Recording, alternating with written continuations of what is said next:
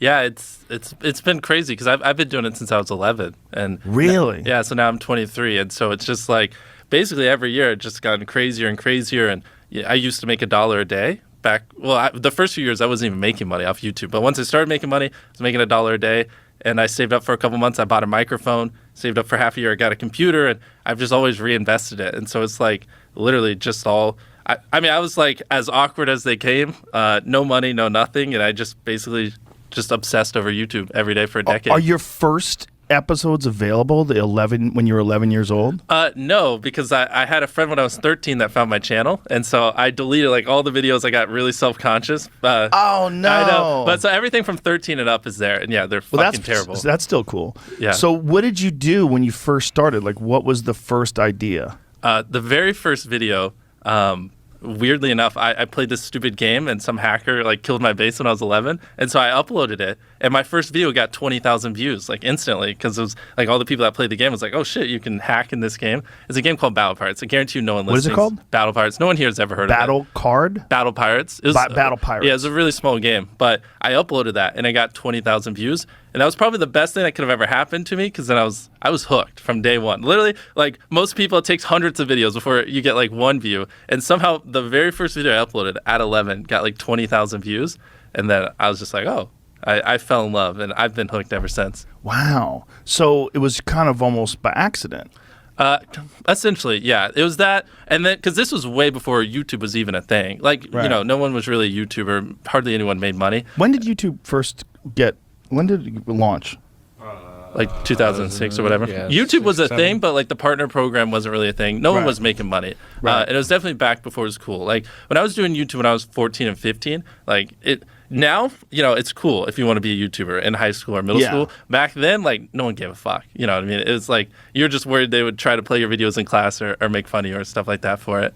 So, but how did it evolve to what it is now? Was it a vision? Was it a slow, sort of a gradual increase in numbers? And yeah, I mean, it's about as slow as it gets. I mean, like when I was a young teenager, I was getting no views, had no money, had no equipment. And so for the most part, it was just like I was just trying to scrounge money so I could buy equipment because I was using my brother's old laptop. And so, like, my first couple hundred videos, I didn't have a microphone. Like, imagine just, like, crackly, terrible voice. And so once I got monetized, I saved up for a few months. Like I told you, I bought a microphone. I can just give you a mile-high history. And I saved up for, like, 6 months. I mean, I was just doing video game videos, and they were terrible. But I saved up. I got a real computer. So now I could actually record the video game in high quality. I have a microphone. I'm, like, 15. And I just kept going and going.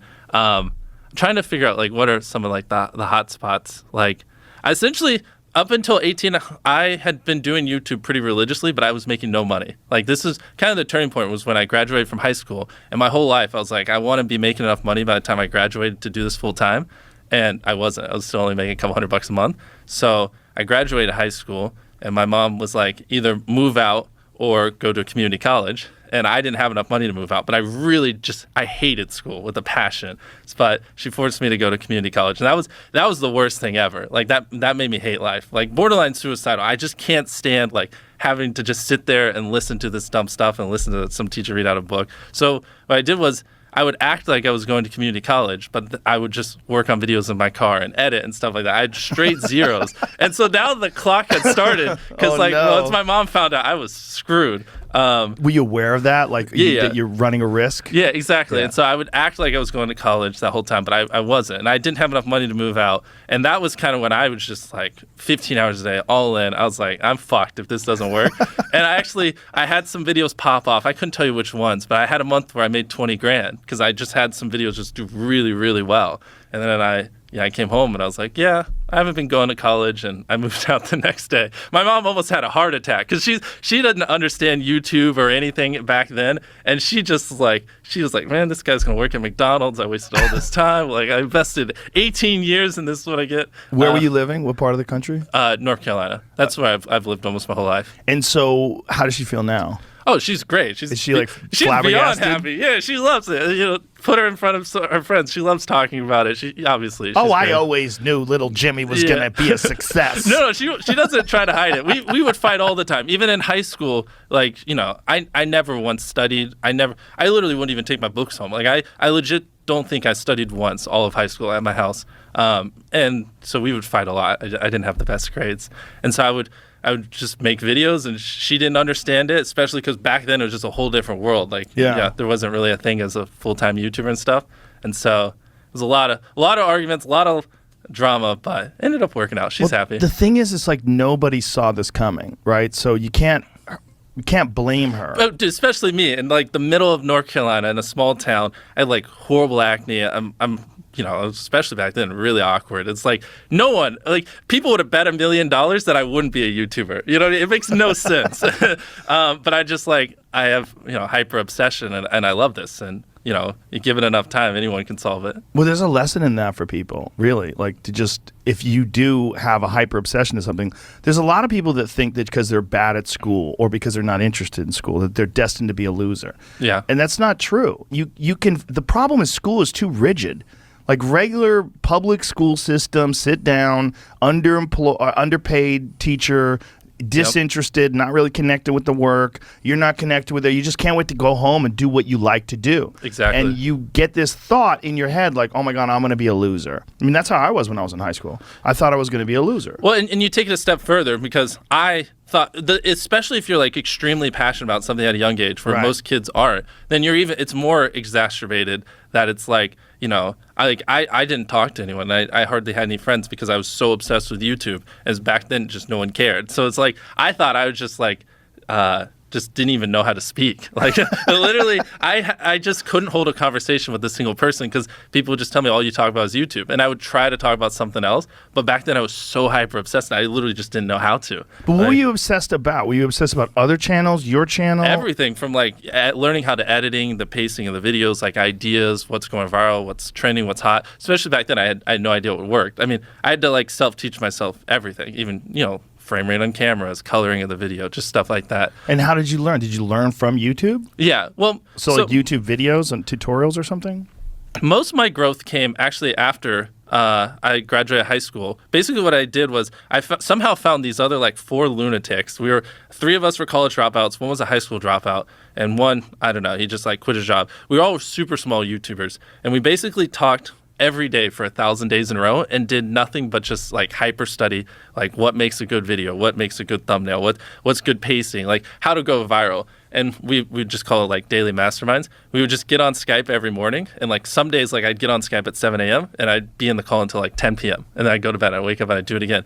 And we'd do things like just take 1,000 thumbnails and see if like there's a correlation to the brightness of the thumbnail to how many views it got, or like like videos that get over 10 million views is like how often do they cut the camera angles, or like things like that. Really? So you microanalyzed everything. Really? Yeah, just for like we were very religious about it, and so that's where most of my knowledge came from. Is I just surround myself with these lunatics, and just every day, like we didn't do anything, we had no life. But everybody had sort of a similar vision. Yeah, exactly. And so we all had like 10, 20,000 subscribers when we met, and by the time we stopped talking, we all had millions of subscribers, and we all hit 1 million subscribers like within a month. It's crazy because it's like if you envision a world where you're trying to be great at something, and it's just like you learning and fucking up and then learning from your mistakes. Also, my mom told me not to curse. Sorry, Mom. If someone could just like edit out the swear words and give it to me. Sorry, Mom. Yeah, so I could give it to my mom to listen to. That would be great. But like, you mess up, you learn from your mistake. You mess up, you learn from your mistake. You in 2 years, might have learned from 20 mistakes.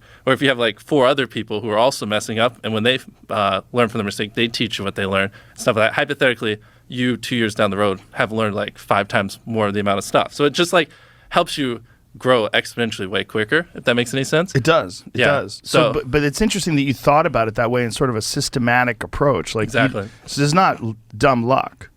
No. I mean, it was like they say 10,000 hours in math or something. We probably put in like 40, 50,000 hours. I mean, we're talking like every day, all day, like literally nothing. We had no friends outside of the group. That was your life. And I'm actually rereading that book right now, that Malcolm Gladwell book, Outliers, that talks about that 10,000 hours principle. It totally applies to what you did. 100%. I mean, like it sounds like you were just all day, every day, and which makes sense. And what do you have now? 90 million subscribers? Well, we across everything, we're closing in on 200 million subscribers. Jesus! Yeah, because have you seen our dub channels? No. Can you pull that up? Just search MrBeast and Espanol. So we actually, which I'm kind of curious why you don't do this. We do our videos in other languages as well. Really? Yeah. And wow. so I can't wait to get to show you this because I actually have a really cool story. Here, just go to the channel so you can translate. Who does this? We do. So you hire someone? Hit videos, yeah, we have voice actors and everything. Wow. So these are the exact same videos on my main channel, but we pay voice actors to dub over them. We translate the text in the video, everything. MrBeast in Espanol. Yeah, that was actually one of the fastest growing channels last year. And it's just our videos so dubbed. Smart. Okay, now click on a video so we can kind of hear it.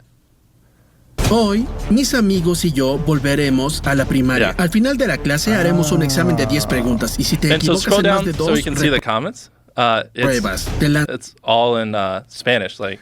That's dope. Yeah, so that's now just I won't pull them all up, but now in just the other countries. Yeah, search MrBeast Brazil. We do a bunch of languages. So you got a Portuguese translator as well. Yeah. Wow, that's dope. Yeah, same thing I love here. It. Oh man, what a great idea, man. Yeah, and so. Because, if you Google it, it's like only, less than 10% of the world speaks English. So 90% of the world can't even enjoy your content. And when I realized that, I was like, wait a minute. 90% of the world can't even watch this stuff. And so go back to the Spanish one real quick, because that's our biggest one. And sorry for anyone watching who doesn't have the visuals. So set it to most popular.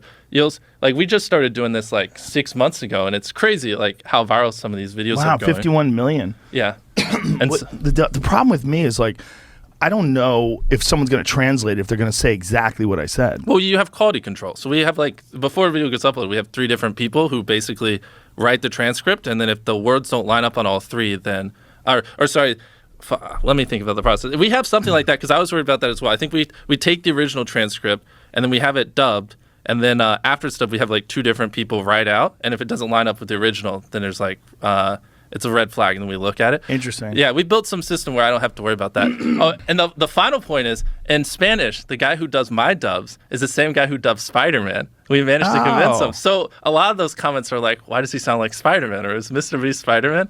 That's hilarious. Yeah, and so what we do is when we go into these markets, we get celebrities to do my voice. So then the local people in the language freak out. So Japan's coming up, and I can't say who, but we secured a giant voice actor from an anime to do my dubs. And whenever we launch in Japan, I know they're going to lose their freaking minds. That's a brilliant idea. That's so smart. So you have how many employees then?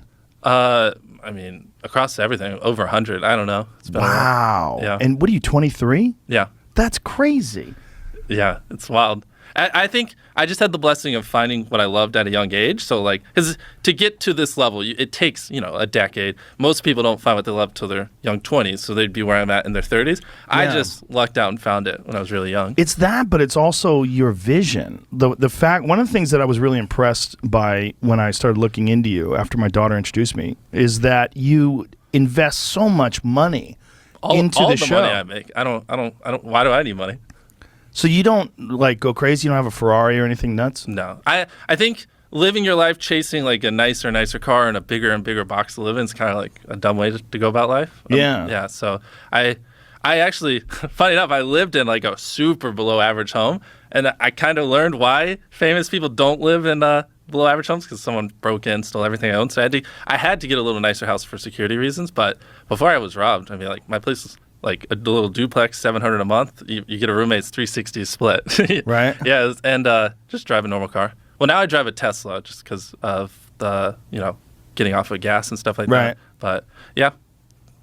So you don't go crazy at all with cash? No. You don't? No? I really try not to. I think that's just a bad way to go about life. Also, it is a little hypocritical because I run a nonprofit, and we have you seen our Beast Philanthropy channel? No. Can you pull that up as well? We do a lot of stuff for helping people. And so also if I lived in a $10 million mansion while I'm feeding people and trying to help people, also, in my eyes, it's also a little hypocritical as well. So in every area, I feel like it's just better if I just live below my means. You're just very wise for a young man, because a lot of 23-year-olds would be balling out of their fucking mind right now. Zoom out. Well, yeah, I also have some stories about that too. But you do? Yeah, because I did have a phase where I did ball out a little bit, and then I realized, this doesn't make me happy. What did you do? If you like this video and want to see more like it, don't forget to hit that like button and subscribe.